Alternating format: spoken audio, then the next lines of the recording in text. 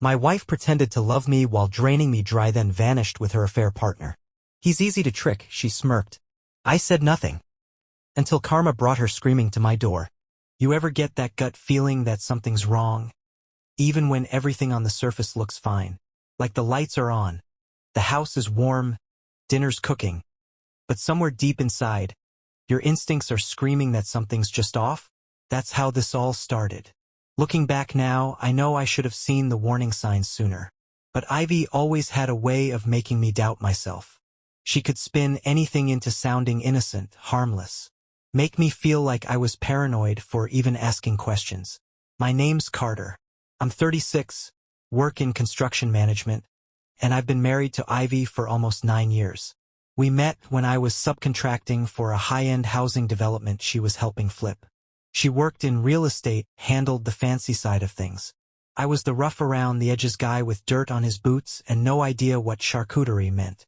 Ivy liked that about me, at least that's what she told people. I remember overhearing her at one of her office parties years ago, laughing with her coworkers. She was telling them how she had to teach me the difference between champagne and Prosecco, like I was some adorable caveman. Everyone laughed, including me. But deep down, something about the way she said it didn't sit right. The first real crack appeared about 3 months ago. I was going through our shared Amazon account, looking for a receipt for some drill bits I'd ordered, when I noticed a string of recent purchases I didn't recognize. Designer dresses, luxury skincare sets, and a pair of high-end heels that cost more than my truck payment. All shipped to our address, all charged to the card we both used. Now, Ivy had always liked expensive things. That wasn't new. What was new was that we'd agreed, after some earlier money disagreements, not to make any single purchase over $200 without talking to each other first. So that night over dinner, I casually brought it up. Nothing confrontational. Hey, I said, spearing a piece of chicken. Did you order a pair of Louboutins recently? Just saw some stuff pop up on the Amazon. She laughed like I just told a dad joke. Oh babe, yeah. I closed on that Lakeview house last week. Remember? Huge commission. Figured I deserved a little treat. Then she reached over and gave my hand this gentle little pat. Patronizing. Like she was reassuring a child who'd just caught his parents putting gifts under the Christmas tree. Don't worry your sweet head about it, she added, then went back to scrolling on her phone. That's when she muttered it. So low I almost missed it. He's too dumb to notice anyway. She thought I didn't hear her, but I did, and something in me went cold. The next morning, I stopped taking things at face value. Ivy had always handled our bills, our budgeting, all the online logins. Made sense. She dealt with contracts and numbers all day, and I was pulling long hours on site most weeks. I trusted her with that. I trusted her with everything. But now I started noticing things. She'd begun working late a lot more often. Real estate hours are flexible, sure, but she wasn't just late. She was disappearing for entire evenings.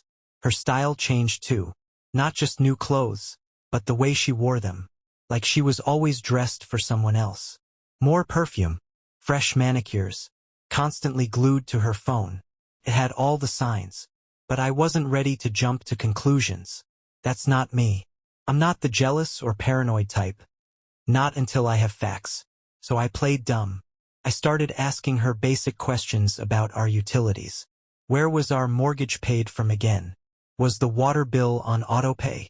I pretended I'd forgotten my login to the bank app and asked her to show me around. Every time, she'd give me this little smirk, like I was a Labrador trying to do calculus. Sweetheart, she'd say, I've got it all covered. Just keep building things and let me handle the boring stuff. I nodded, smiled, acted grateful. Then the mail came. I was about to toss an envelope that looked like junk. A credit card statement from a company I didn't recognize, but something told me to open it. The balance was over $43,000. And it was in my name. My heart should have been racing, but I felt oddly calm. Like my body knew I couldn't afford to panic. Not yet. I called the credit card company, still pretending I was just a confused customer. Hi, I just got a statement from you guys, but I'm not sure I ever opened an account. Can you tell me when it was created? Of course, Mr. Bennett, the rep chirped. Looks like the account was opened. just under 3 months ago, right around when the shopping sprees started. I hung up and started digging. Over the next 2 nights, I found 3 more cards. All maxed out. All opened within the last 4 months. All under my name and social security number. All set to send paperless statements to an email I didn't recognize. An account she must have created. She'd planned it meticulously. Well, almost. Last week, I was dozing on the couch after a long day at work. Ivy must have thought I was asleep, because she came into the kitchen and made a phone call, on speaker. The voice on the other end was a man's. She called him Leo. Strange name, didn't ring any bells. "I'm telling you," she said, giggling. "He's got no idea. None. I've got everything lined up. Just need to shuffle a few more things around." Leo laughed. "You sure? What if he gets curious?" "He's Carter," she said, like that explained it all. "The man thought APR was a kind of window tint when we first met. Trust me, he's sweet, but he's not exactly the FBI." They both laughed. Then she dropped the bomb. "I opened everything in his name. By the time he figures it out, we'll be long gone." Her voice faded as she stepped onto the back porch, still on the phone. I lay there in the dark, staring at the ceiling, every nerve in my body buzzing. 9 years. 9 years of shared holidays, road trips, bills, birthdays. And all the while, she'd been planning to gut me financially and run off with a guy named Leo who thought identity theft was foreplay. But here's what Ivy never understood about me. I don't rage. I don't explode. I plan. The next morning, I called my sister, Natalie. She's a forensic accountant and sharp as hell. We hadn't talked in a while, not really. But she picked up after 2 rings. "Hey," I said, keeping my voice light in case Ivy was nearby. "Remember that chat we had a while back about investing? Think we could grab coffee?" She didn't hesitate. "Give me an hour. I'm writing this now from Natalie's kitchen table. We've been going through everything, the credit reports, bank records, tax documents. I even found screenshots of text messages Ivy thought she'd deleted. She's still at home, probably planning her grand escape, thinking I'm at the job site. She has no idea that tomorrow her perfectly arranged world is going to start falling apart. And the best part? I'm going to let her make the first move. Because sometimes the smartest thing you can do is let someone underestimate you. The hardest part about pretending you don't know the truth is keeping your face still when everything inside you wants to scream. After that night on the couch, after hearing Ivy laugh about how dumb I was, something inside me locked into place. Cold, quiet. I stopped trying to figure out why she was doing it. I didn't care. I just knew I needed to be 10 steps ahead if I wanted to come out of this with my sanity, my credit, and whatever was left of my dignity. Natalie, my sister, turned out to be the best call I ever made. She took one look at the credit card statements, the forged applications, the email accounts, and just said, "Jesus, Carter." We spent the entire weekend cross-referencing everything Ivy had done. She'd opened 4 credit cards in my name, taken out a personal loan for nearly $30,000 using my social, and rerouted all the correspondence to a Gmail I'd never even heard of. Natalie was brilliant about it, kept the emotion out of it. She laid it all out like a case file. "She's not just cheating on you," she said, highlighting one column on the spreadsheet. "She's committing federal crimes. You get that, right?" I did. I just didn't know what to do with that knowledge yet. So I took Amy, an old friend from high school who'd gone into family law, out for coffee. We hadn't talked in years, but she responded to my message within minutes. We sat down at this quiet little cafe near the edge of town, and I slid the manila folder across the table. She opened it, sifted through the documents, then leaned back and let out a low whistle. "This is textbook financial fraud. You have enough here to bury her. Especially if you've got more evidence coming." "I do," I said. "I've been recording everything I can." She nodded slowly. "Keep doing exactly what you're doing. Play dumb. Let them think they're in control. We'll hit them when they least expect it." Felt like I'd been given permission to stay quiet, to wait, and that made all the difference. That week, I went about my business like nothing had changed. Ivy was chirpy, extra affectionate. She'd text me random emojis during the day, kiss me on the cheek when I walked in from work, ask me how my day had been with these wide eyes that almost looked sincere. She had no idea I'd moved 90% of our joint savings into a new account Natalie helped me open. Left just enough in the shared one to keep things looking normal. She had no idea that the fishing gear I said I was ordering on Amazon was actually a home security camera system. I spent a Saturday morning installing the cameras while she was showing houses, mostly focused on the garage, living room, kitchen, and the front porch. And she definitely had no idea that I'd already seen the emails between her and Leo. Yeah, I cracked the password on that burner Gmail she thought was so clever. It wasn't even hard. She used her middle name and the year we got married. They were planning a trip to Florida. Not a vacation. An exit. She'd booked 2 one-way tickets for the following month. Said she needed a break from the chaos, and that they could start fresh somewhere warm. She joked about how I wouldn't even notice until the house was half empty. One thread between them was titled, Plan B, just in case.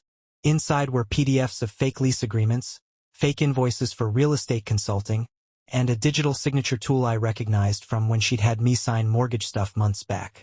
I stared at those messages for a long time. That night, she came home late, said she was grabbing drinks with a colleague. I didn't ask questions. Just smiled, heated up leftovers, and told her she looked tired. She leaned in, kissed my forehead, and said, "You're such a good man." It took everything in me not to flinch. A few days later, she brought up the idea of a vacation, said we both needed it, and she found a perfect little place on the beach. She even showed me pictures of a rental property. "You've been working so hard lately," she said, tracing her finger up my arm. "Wouldn't it be nice to just unplug for a week? I can book everything." I nodded slowly. "Yeah, sounds nice. You want me to look at flights?" "Already done." She smiled. "You just have to sign a couple things. Some refinancing stuff I set up to help with the mortgage. Free up some cash." There it was. The trap. I pretended to read it, told her I was running late for work, and slid the papers back into the envelope. "Let's go over it together this weekend. Yeah?" Her smile faltered for just a second. That evening, I got home early and sat in the garage pretending to work on a toolbox. The vent system in our house carried sound like a dream, and Ivy was in the kitchen, on another call with Leo. I recorded the whole thing. "She's dragging her feet," Leo complained. "We need that money sooner than later." "She's being cautious because he's getting nosy," Ivy said, annoyed. "But don't worry. He's not gonna figure it out. He's been up since 5 a.m. working a job site, comes home exhausted, and passes out. He'll sign whatever I put in front of him." Then she laughed. That laugh I used to love. Now it sounded like nails on glass. "I swear, if I get one more love you text from him, I might puke. But it's working." Leo chuckled. "You're savage, babe. God, I love that." I hit stop on the recorder, my hands shaking. This wasn't just betrayal. This was war. But still, I waited. I let her believe I was clueless. Natalie and I met every night that week after work. Amy came by twice to go over documentation and help us organize the timeline. We were building a case piece by piece. And Ivy? She was moving pieces too. A few of her designer outfits disappeared from the closet. A couple of jewelry boxes. Little by little, like she thought I wouldn't notice. Like she was packing her getaway bag in slow motion. Meanwhile, Leo was getting cocky. He posted a photo on Instagram in my hoodie, the one I gave Ivy for our anniversary trip to Big Bear. Idiot even tagged the location near his apartment. I screenshotted everything. Ivy tried again to get me to sign the refinancing documents 3 nights ago. "You haven't signed these yet," she said, setting them in front of me while I was eating. "Yeah, I just want to make sure I understand what I'm signing," I replied, chewing slowly. "Mortgage stuff confuses me." She stared at me for a second too long. "You've never cared about this stuff before," she said. "I'm trying to be more involved." I shrugged. She laughed a little too loudly. "You? Please. You once thought escrow was a kind of seafood." I smiled. "Still do." She shook her head, muttered something under her breath, and walked off. The next morning I changed all the locks. Security cameras were rolling. Footage saving to cloud storage Natalie helped me set up. The house was no longer our home. It was evidence. I don't know exactly when Ivy plans to make her move. Maybe next week, maybe tomorrow. But whenever she tries to pull the trigger on this scam, she's gonna find out she brought a toy knife to a gunfight. And I won't need to raise my voice, or break anything, or even call her names. I just have to let her step on the landmine she buried herself. Because sometimes the best revenge is watching a liar walk straight into the trap they built for you, with a smile on their face. They say patience is a virtue, but when you're waiting for a liar to self-destruct, patience feels more like a loaded weapon. By the time the third week of pretending rolled around, I was running on autopilot. Wake up, shower, kiss Ivy goodbye, head to work, meet with Natalie, double-check the documents, sync the camera footage, smile when Ivy called midday to ask how I was, all while waiting for the cracks to spread. And they did. Thursday morning started like any other. I was sitting in my truck, sipping burnt coffee from a gas station styrofoam cup parked outside our go-to coffee shop. I told Ivy I had an early work meeting. She didn't ask any questions. She never did these days. At exactly 8:42 a.m., Ivy walked in. With Leo. She was wearing the silver bracelet I gave her for our 5th anniversary. The one with our initials engraved inside. It took me a second to register that, and when I did, something twisted in my chest. I could feel my pulse in my teeth. But I didn't move. I stayed in my truck, watched through the windshield as they laughed over lattes, heads close, her hand casually on his arm. I hit record on my phone and zoomed in just enough to catch them kissing across the table. Classy. When I got to Natalie's that evening, I dropped my phone on the table like a brick. She didn't say anything for a second, just watched the video silently. Then they really think you're an idiot, huh? Apparently. Good. Let them. They're going to walk right into it. That weekend, we pulled an all-nighter. Natalie had printed everything, credit card statements, forged applications, screenshots of text messages, the vacation plans, the fake lease agreements, all of it, organized by date and category. I felt like I was reading a case file on my own life. When Amy stopped by the next morning, she flipped through the documents with wide eyes. "This is perfect," she said, not looking up. "It's cleaner than most cases I see go to court. And you've got physical recordings too? Forget divorce court. This could go criminal." "I don't want to destroy her," I said quietly. "I just want her out of my life. And I want my name cleared." Amy nodded. "We'll do both." That night, Ivy came home glowing. She was in one of her expensive new outfits, smelling like a department store perfume counter, and humming to herself as she put away leftovers I hadn't touched. She sat next to me on the couch, curled into my side, and whispered, "You're so good to me." I don't say that enough. I turned to her, kissed the top of her head, and said, "I love you too." It almost made me sick to hear. The next day, things started to shift. She called me mid-morning while I was at a hardware store, picking up actual supplies this time. "Hey, babe. You've been working late a lot lately. Everything okay?" "Yeah, just slammed." "Why?" "I was thinking maybe we should take that Florida trip sooner. I found an even better place. Private pool, beach access, the works." She was trying to speed it up. They must have been getting nervous. I told her it sounded great, said I'd look at flights that evening. Then, as soon as I hung up, I texted Natalie. We transferred the last of the accessible funds into the new account, leaving just enough behind to avoid suspicion. Later that night, I came home early. Ivy wasn't expecting me. I killed the engine before pulling into the driveway and walked in through the side entrance near the garage. That's when I heard voices, muffled but clear, echoing through the vents. Leo was in our garage. "I don't care how tired he is," Leo said. "Get him to sign those papers. He signs, we cash out, we leave. Easy." Ivy laughed.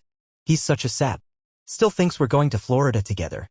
I could probably convince him to leave his tools behind too." "You're ruthless," Leo said, clearly impressed. "Just efficient. He's working 12-hour shifts and doesn't even realize half his money's already gone. I can't wait to see his face when we're on a beach drinking mojitos and he's back here drowning in debt."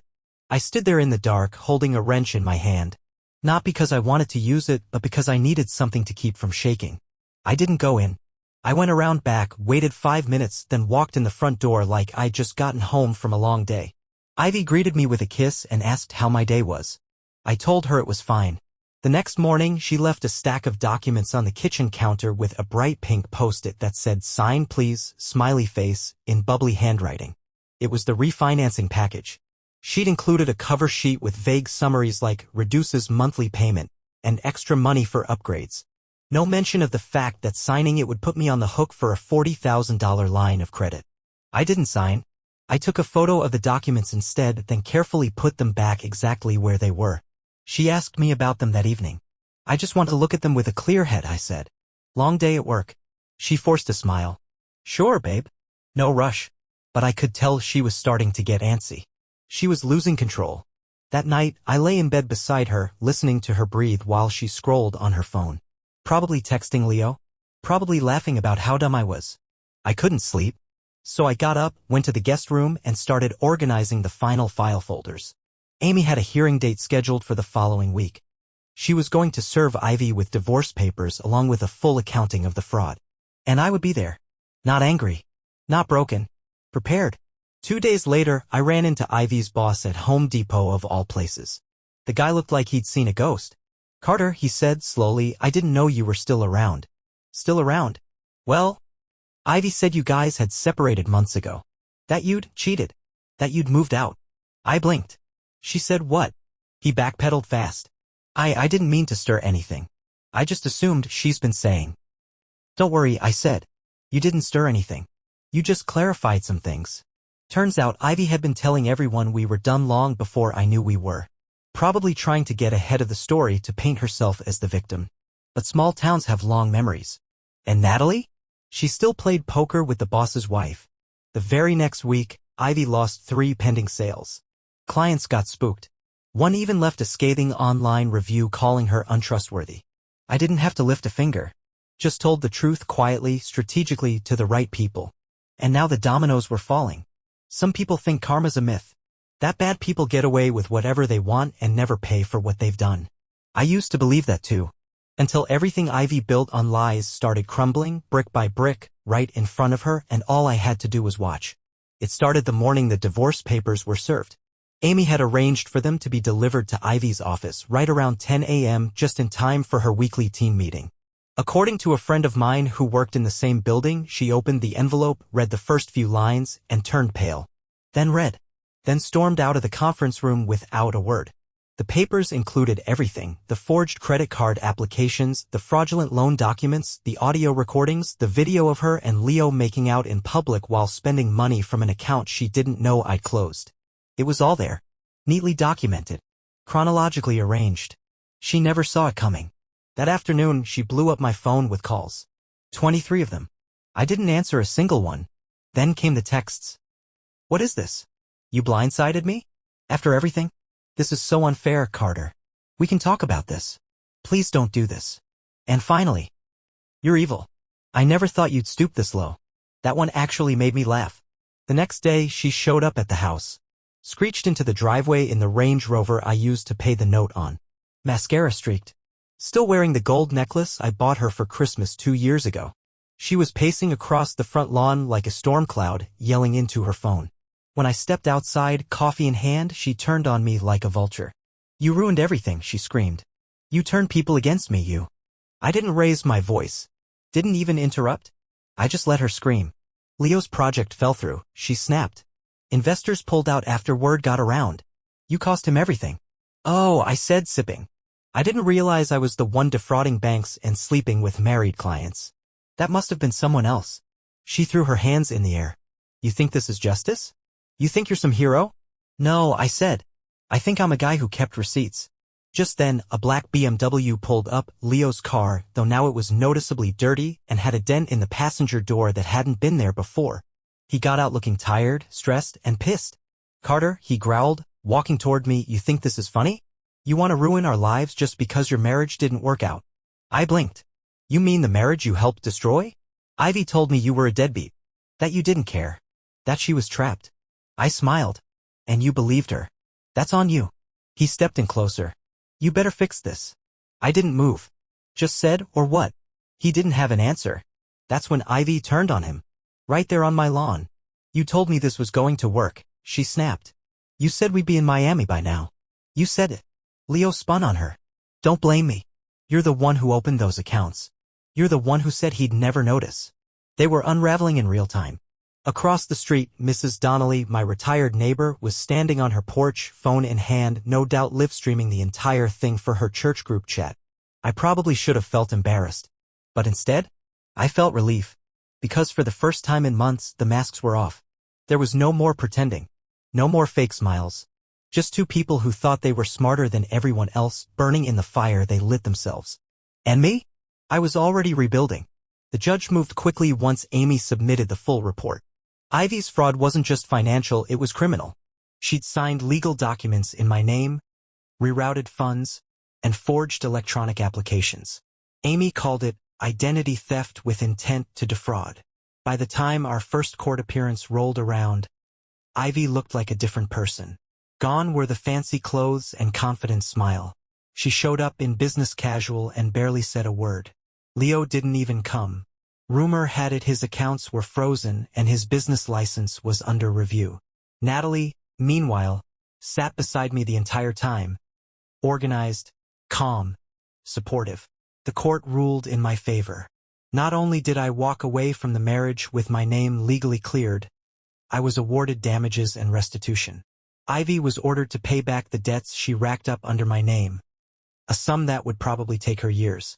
But the consequences didn't stop there. Her real estate license came under investigation after Amy submitted proof that she'd billed clients for time she spent in hotel rooms with Leo. That kind of misuse of client hours wasn't just unethical, it was grounds for suspension. And the land deal Leo had been pushing? Turns out the property had unresolved environmental restrictions. They would have known that if they'd done due diligence. But they were too busy plotting their escape. The investors pulled out. The bank recalled the loan. Leo started selling off anything he could, including the BMW. Last I heard, he was crashing with a cousin out of state. One night, about a week after the court ruling, my security camera picked up movement at 3:14 a.m. It was Ivy, drunk, crying, wearing one of my old hoodies. She tried the front door. Of course, the locks had been changed weeks ago. The footage showed her standing there for almost 10 minutes, mumbling to herself, before stumbling back to the sidewalk and disappearing into the dark. I watched the video 3 times. Not because I felt sorry for her. I didn't. But because I wanted to remember that moment. The night the woman who thought she was too clever to fail realized she had no one left to con. 2 days later, Leo's ex-wife messaged me on Facebook. Said she heard about everything and thought I should know. Leo had done this before. Back in Tampa 3 years ago. He'd latched onto another married realtor, sweet-talked her into funding one of his ventures, and left her in debt and divorced. Sound familiar? Only difference was, this time he picked the wrong mark. This time, the husband wasn't as clueless as he seemed. I don't tell this story because I want pity. I'm telling it because I know someone out there is where I was. Stuck in a situation that doesn't feel right, but you're too scared to trust your instincts. You're afraid of what you'll find if you dig deeper. Let me tell you something, dig. Even if it's painful.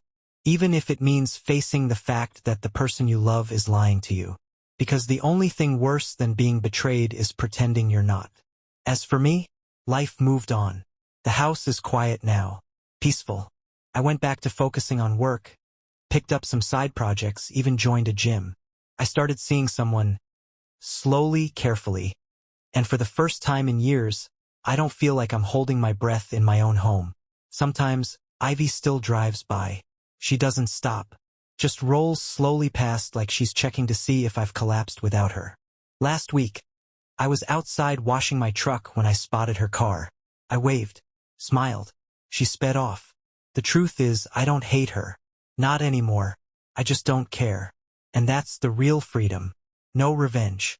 No screaming matches. No broken windows or torched clothes. Just a man with his coffee, his truck, and a second chance. Let the liars lie. Let the con artists crash and burn. Me? I'll be just fine.